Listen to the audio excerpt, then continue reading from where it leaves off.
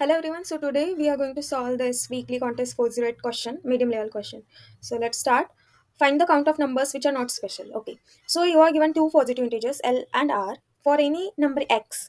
All positive divisors of x except x are called proper divisors of x. Okay. So a number is called special if it has exactly two proper divisors. For example, the number 4 is special because it has proper divisors 1 and 2. A number 6 is not special because it has proper divisors of 1, 2, 3. Okay, so let's see example. If we see example, first is L is equal to 5. What we have to return is we have to return the count of numbers in the range that are not special. So let's see what are special numbers. So for number 4, we have divisors as 1 and 2, and 4 is not a its proper divisor, right? 1 and 2 are only its proper divisor. So for 6, if we consider, for 6 we have 1, we have 2 and 3, okay, and 6 itself. So it has three proper divisors. So what are special numbers? Special numbers are uh, special numbers which has exactly two proper divisors. So 4 is a special number. So similarly, if we see the first example, okay, if we see the first example, here we have 5, 7, okay, 5, 7 as our range.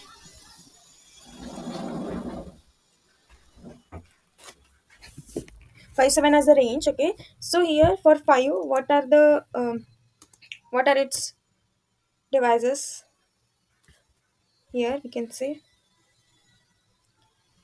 5 we have 1 and 5 itself, so it has only one proper divisor. For 6, for 6 we have 1, 2 and 3. Now for 7 we have 1 and 7. So these all are not special numbers because special numbers are which has exactly two proper divisors. So none of the number have two proper divisor, so all three are non-special, so it is returning 3, so we have to return non-special numbers. So similarly, if we see 4 and 16, okay, so if we see from 4 and 16, so for 4 we have 1, 2, okay. For 5 we know the same thing, okay. For 5 to 7 here, again for 8 it will be 1, 2, 4. For 9 it has 1 and 3. For 10 we have 1, 2, 5. For 11 we have 1, 11. So 11 is not a exact, right? So 12, for 12 we have 1, 2, then 3, then 4, then 6. Then for 13 we have 1 and 13 itself. For 14 we have 1, 2, then 7. For 15 we have 1, 3, 5. Then for 16 we have 1, 2 and 4 and 8 also, yeah. So these are its what say divisors, okay. So here exactly two proper divisors we have of, so this is, we don't consider 7. So exactly here we can see for 9 and for 4. Other than 9 and 4, all have either one as a its proper divisor or multiple proper divisors. So the answer is here returning, total numbers are from 4 to 16 is 16 minus 4 plus 1, that is 13. So 13 minus 2, these are two special numbers, we have to return non-special, right? So we have only two special numbers, so we have 13 numbers, out of which two special, so 11 are non-special.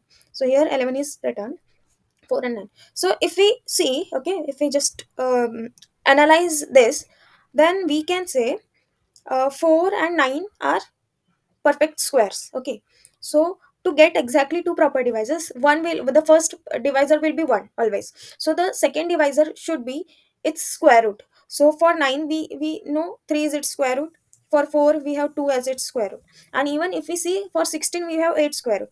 But we can say if the number is a perfect square, then there is a possibility that it is a special number, but not all in case. So here we can see 16 is not a special number, but still we have to focus on this perfect squares.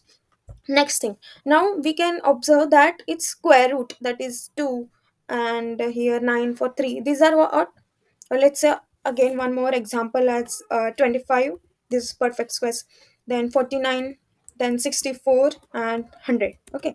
What are its square divisors? 1 and 5, it's 1 and 7. For 64 we have 1, 2. then 4, then many more. Okay, and then for 100 we have 1, then we have 2, then 4, then we have 50 and many more. So we can say for 25 it is 1 and 5, so 25 is a special number, 49 is a special number. So special numbers are squares only, perfect squares, but square of what? Square of prime numbers. So here you can see 5, 7, and here it's 3, 2. So a special number is a square of a prime number. So here what we have to find is how many prime numbers do exist, how many prime numbers square exist in this range. So here in this range we have 4 and 9. These are prime number squares.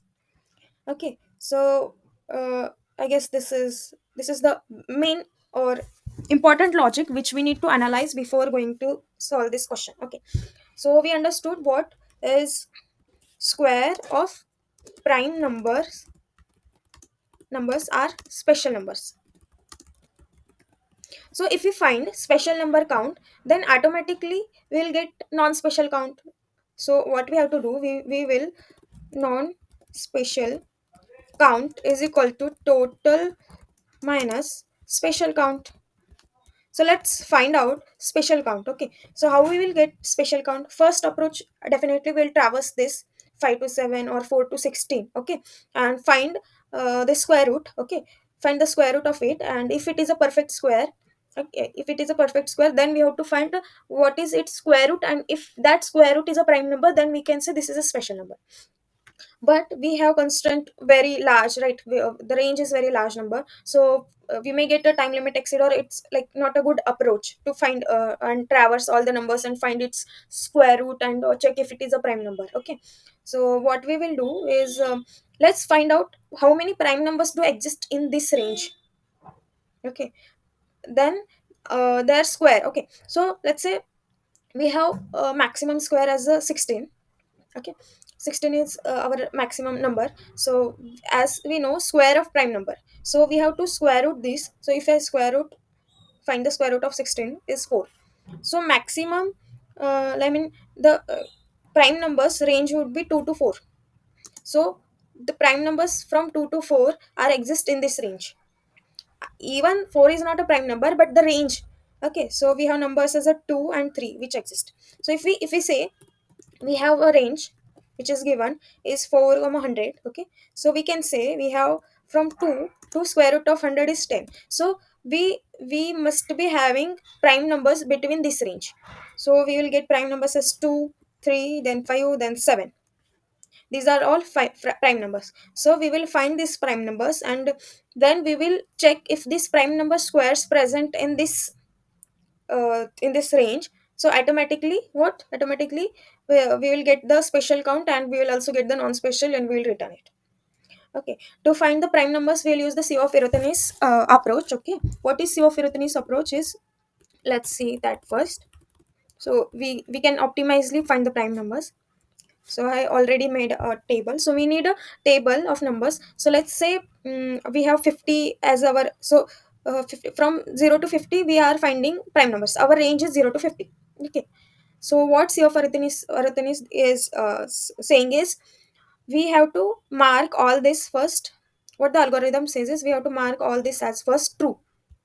Okay, that is all our prime numbers. Now we can say 0 and 1 are non-prime numbers, so we'll mark as a non-prime. Okay, then we'll start from 2.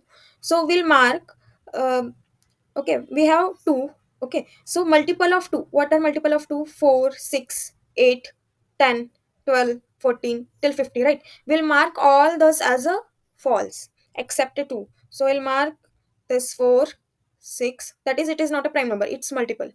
8, 10, 18.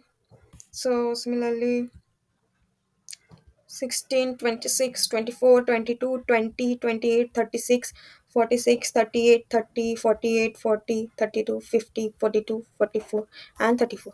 We'll mark all this as false. Okay, now next for 3, from I is equal to 2 we are going 3, then again for multiples of 3, but already we have marked 6, so we'll start from its square. So 2 square is 4, from 4 we have marked, right? For 3 we will mark from its square, so from 9. So 9 we will mark as a